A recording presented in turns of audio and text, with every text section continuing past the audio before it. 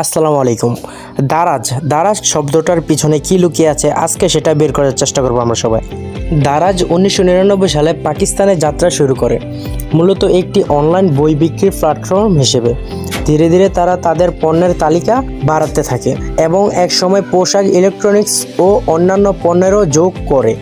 2012 সালে তারা বাংলাদেশে তাদের কার্যক্রম শুরু করে।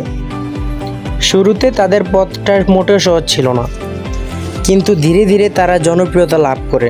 2017 সালে kmdo.com-এর সাথে একীভূত হওয়ার পর দারাজ আরও বড় পরিসরে কাজ শুরু করে।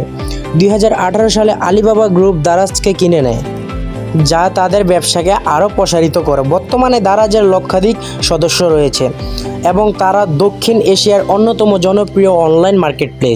বইয়ের পাতা থেকে শুরু করে আজকের এই বিলাস অনলাইন সাম্রাজ্য, দারাজের যাত্রাটা কিন্তু রূপকথার মতো।